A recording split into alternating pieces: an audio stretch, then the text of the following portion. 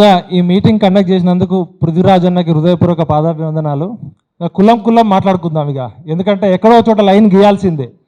అసలు విలన్ ఎవడు, హీరో ఎవడో తెలుద్దాం. ఇప్పుడు సమాజంలో జరిగే సంఘర్షణ అంతా వాటాల కొట్లాటే. ఆదిమ మానవ నుంచి నేటి వరకు భవిష్యత్తులో వాటాల కొట్లాట జరగనంత వరకు ఒక అమ్మకి 3 కొడుకులు ఉంటే చాక్లెట్ కోసం ఎట్లా కొట్లాడుకుంటారో, సింపుల్గా మా నాన్నకి 3 అన్నదమ్ములు ఉంటే 3కి 3 10 ఎకరాలు మా తాత ఇచ్చిండు. మా పెదనాన్న ఒక్కడే 30 ఎకరాలు చూసుకుంటా అంటే ఊకోం కదా. సింపుల్గా ఇది కూడా అలాంటి పంచాయితే. కొన్ని సైంటిఫిక్ అంశాలు మన దృష్టికి తీసుకొద్దాం. ఎస్సీ వర్గీకరణ అనేది ఏ విధంగా చట్టబద్ధం, ఏ విధంగా రాజ్యాంగబద్ధం, ఏ విధంగా న్యాయబద్ధం.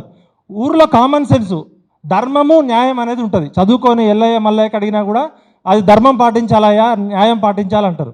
న్యాయం అనేది లీగల్ అంశం. ఫస్ట్ ఇప్పుడు నేను తెలంగాణ ఉద్యమంలో పార్టిసిపేట్ చేస్తున్నప్పుడు జేఎన్యూలో మూమెంట్ పెట్టడానికి నేను మా వసంత్ మేము ఢిల్లీ వెళ్ళినప్పుడు మేమంతా తెలంగాణ అని తిరుగుతుంటే మా దగ్గరికి వరల్డ్ సోషల్ ఫోరం నుంచి కొంతమంది సోషల్ స్కాలర్స్ వచ్చారు. వాళ్ళు వచ్చి మందకృష్ణ మాధవి గారి మూమెంట్ గురించి అడగడం జరిగింది. అంటే ఏమో మేము తెలంగాణ గురించి ఇంత కొట్లాడుతుంటే మీరెవరు అమెరికా వాళ్ళు వచ్చి మాకు ఎంఆర్పిఎస్ మూమెంట్ గురించి అడుగుతున్నారు ఏందన్నారు. తర్వాత మేము బాంబేలో వరల్డ్ సోషల్ ఫోరంకి వెళ్ళినాం. వరల్డ్ సోషల్ ఫోరంలో మేము తెలంగాణ గురించి చెప్పడానికి వెళ్తే అక్కడ కూడా మందకృష్ణ మాధవి అన్న గురించి అడుగుతున్నారు. అసలు ఎవరైనా ఎంఆర్పిఎస్ మూమెంట్ ఏంది అనేది మాకు ఆశ్చర్యం వేసింది. అరే మేము తెలంగాణ గురించి ఇంత కొట్లాడుతుంటే మా గురించి ఎవరు పట్టించుకోవట్లే, ఈ మందకృష్ణ మాదిగ అన్న గురించి ఎందుకు అడుగుతున్నారు అనేది. జేఎన్యూలో ఒక 10 PhDలు అయినాయి. మీరు కావాలంటే రీసెర్చ్ చేయండి. ఈపీడబ్ల్యూలో ఆర్టికల్స్ వచ్చినాయి. ఎందుకంటే ఇది చట్టబద్ధం, న్యాయబద్ధం, ధర్మబద్ధం. ఇది నేను చెప్పేది కాదు. 1994లోనే మందకృష్ణ మాదిగ అనే వ్యక్తి మూమెంట్ స్టార్ట్ చేసినప్పుడు సామాజిక తెలంగాణ అనే నినాదం బయటకు వచ్చింది. మారోజు వీరన్న, మందకృష్ణ మాదిగ ఈ ఇద్దరు వ్యక్తులు లేకపోతే తెలంగాణ ఉద్యమంలో సామాజిక న్యాయం అనే పదానికి అర్థం లేదు. ఒక డోలు దెబ్బ బెల్లి లలితక్కకు కానీ, ఒక చాకిరేవు కానీ, ఒక తుడుం దెబ్బ కానీ, ఒక మోకు దెబ్బ కానీ ఇవన్నీ కూడా వచ్చినాయి సామాజిక తెలంగాణ అనే నినాదం నుంచి. సామాజిక తెలంగాణ అనే నినాదం మారోజు వీరన్న నుంచి, మందకృష్ణ మాదిగ నుంచి వచ్చినాయి. మీరందరూ ఇవాళ లంబాడి హక్కుల పోరాట సమితి కానీ ఇవన్నీ కూడా ఉద్యమాలు ఏ విధంగా వచ్చినాయి అంటే తెలంగాణ రాష్ట్రంలో సామాజిక న్యాయం అనే సూత్రీకరించిందే వీళ్ళిద్దరు. మారోజు వీరన్న సూత్రీకరిస్తే మందకృష్ణ మాదిగ అన్న బయటకు తీసుకొచ్చిండు. ఇది ఒక 20 ఏళ్ళు తెలంగాణ పిచ్చోడుగా తిరుగుతున్న నాకు అనుభవపూర్వకంగా చెప్తున్నా. సైంటిఫిక్ స్టడీస్ జరిగినాయి దీని మీద. ఇప్పుడు ఎస్సీ వర్గీకరణని వ్యతిరేకించే వాళ్ళు ఎవరు అంటే సామాజిక తెలంగాణ ద్రోహులు. ఇవాళ మనం డిక్లేర్ చేయాలి, ఎస్సీ వర్గీకరణని వ్యతిరేకించే వాళ్ళు ఎవరైనా కావచ్చు సామాజిక తెలంగాణకి ద్రోహులు. సామాజిక న్యాయాన్ని దోచుకునే స్మగ్లర్లు వీళ్ళు, రాజ్యాంగ వ్యతిరేక శక్తులు. ఇవాళ supreme court full bench, constitution bench 7 జడ్జీలు ఉంటే 6 జడ్జీలు ఇది న్యాయబద్ధమైంది, చట్టబద్ధమైంది, ధర్మబద్ధమైంది, ఇప్పటికే 75 సంవత్సరాలు నష్టపోయినరు. ఇమీడియట్గా ఏ రాష్ట్ర ప్రభుత్వాలు ఆ రాష్ట్రాలు అక్కడున్న ఎంపరికల్ డేటా ప్రకారం వర్గీకరణ చేయమని రాజ్యాంగ ధర్మాసనం ఇచ్చినాక కూడా దీన్ని వ్యతిరేకిస్తున్నారంటే వాళ్ళు ఖచ్చితంగా రాజ్యాంగ వ్యతిరేక శక్తులే. అదేవిధంగా వీళ్ళు ప్రజాస్వామ్య వ్యతిరేక మాఫియా. ఎస్సీ వర్గీకరణని వ్యతిరేకించేటోళ్ళు ప్రజాస్వామ్య వ్యతిరేక మాఫియాగా డిక్లేర్ చేయాల్సిన అవసరం ఉంది. ఇది సామాజిక న్యాయాన్ని పాటించే మానవత్వాన్ని, మానవత్వ శక్తులకు వ్యతిరేకంగా ఎస్సీ వర్గీకరణని వ్యతిరేకిస్తున్నారంటే వాళ్ళల్లో కనీసం మానవత్వం కూడా లేదన్నట్టు. ఇప్పటికే 75 సంవత్సరాలు మాదిగ ఉపకులాలు, దాదాపు ఎస్సీలలో 59 కులాలు ఉంటే కేవలం మాదిగ మాత్రమే మనందరికీ తెలుసు. ఇంకా 57 కులాలు కనీసం పేరు చెప్పుకోవడానికి కూడా అవమానపడే కులాలకి ఈరోజు మాదిగ అనేది ఒకప్పుడు బూతు పదంలాగా, తిట్టులాగా మన ఊర్లలో ఉంటే ఇవాళ మాదిగ అనే శబ్దానికి ఒక నిశ్శబ్ద విప్లవం లాగా మాదిగలకి ఆత్మగౌరవం కల్పించిన ఏకైక వ్యక్తి మందకృష్ణ మాదిగ. ఇవాళ ఒక చౌదరియో, ఒక రెడ్డియో, ఒక నాయుడో, ఒక వర్మనో, ఒక శర్మనో పేరు పక్కన పెట్టుకొని ఏ విధంగా తమ ఆత్మగౌరవాన్ని వ్యక్తీకరిస్తున్నారో ఒక మాదిగ అనే కులానికి ఆత్మగౌరవాన్ని కల్పించిన ఉద్యమాల సూర్యుడు మందకృష్ణ మాదిగ. మందకృష్ణ మాదిగని వ్యతిరేకించేటోళ్ళు ఉండొచ్చు, అనుకూలించేటోళ్ళు ఉండొచ్చు, కానీ మందకృష్ణ మాదిగ గారు సృష్టించిన చరిత్రను ఎవరు మర్చిపోలేరు. ఎందుకంటే ఇవాళ వికలాంగుల పోరాటం మందకృష్ణ మాదిగ చేస్తున్నప్పుడు నేను ఒక జర్నలిస్ట్గా స్వయంగా చూసిన. ఒక గుండె జబ్బు పిల్లలకి దిక్కుమొక్కు లేనప్పుడు ఆయన ఆ గుండె జబ్బు పిల్లలందరి తరపున ఆ రోజు అంబేద్కర్ విగ్రహం దగ్గర కూర్చొని ఆ రోజు రాజశేఖర రెడ్డికి వార్నింగ్ ఇచ్చి ఆరోగ్యశ్రీ పథకాన్ని తీసుకొచ్చింది ఆయన. నేను మందకృష్ణ మాదిగని డబ్బా కొట్టాల్సిన అవసరం నాకు లేదు.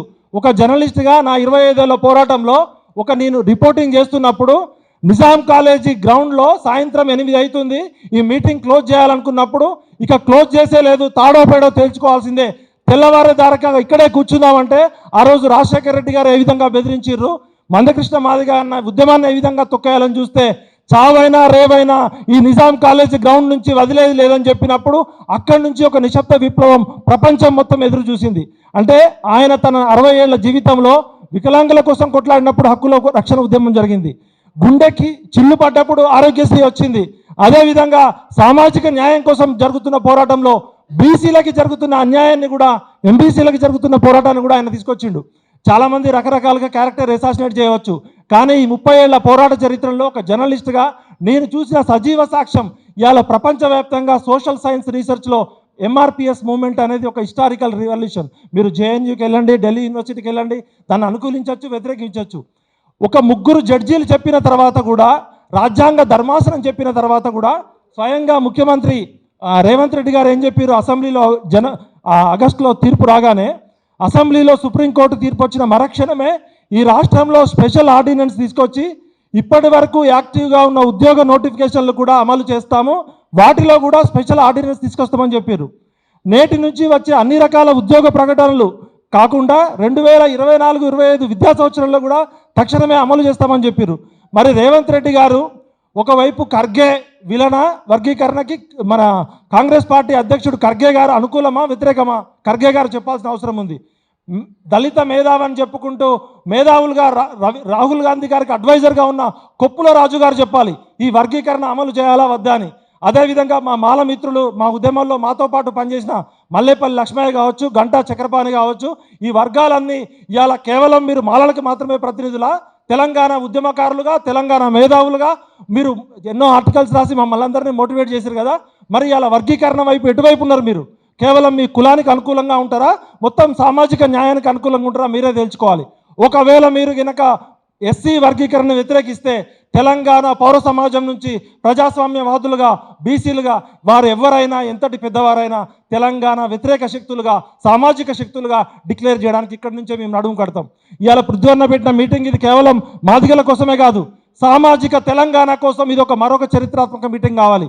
కేవలం మాదిగలకు మాత్రమే అన్యాయం జరగట్లే, ఎస్టీలలో కూడా వర్గీకరణ జరగాలి, మాదిగ ఉపకులాలు 57 మందికి న్యాయం జరగాలి. కాబట్టి మోహరించిన సైన్యాలనైనా ఆపవచ్చు, ముహూర్తం ఆసనమైన ఆలోచనలు ఎవరూ ఆపలేరు. ఈరోజు మెయిన్ స్ట్రీమ్ మీడియా కూడా తేల్చుకోవాలి. ఎస్సీ వర్గీకరణకి మీరు ఈనాడు కావచ్చు, ఆంధ్రజ్యోతి కావచ్చు, ఈ 30 శాటిలైట్ ఛానల్స్ కావచ్చు, మీరు మాదిగ వర్గీకరణని వ్యతిరేకిస్తే మేము మీ మీడియాను కూడా వ్యతిరేకిస్తామని ఓపెన్గా చెప్తున్నాం.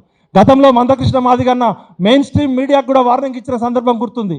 ఒక పోరాటంలో ధర్మము, న్యాయము, నిజాయితీ ఉంటే ఎలాంటి శక్తులైనా వ్యతిరేకించవచ్చు. మందకృష్ణ మాదిగన్న చేయాల్సిన పోరాటం చేసిండు, ఒక రాజ్యాంగ ధర్మాసనం ఇచ్చింది, ఒక ప్రధానమంత్రి ఇచ్చిండు, ఇంకా ఎవరు చేయాలి? ఇంకెంతకాలం పోరాటం చేయాలి?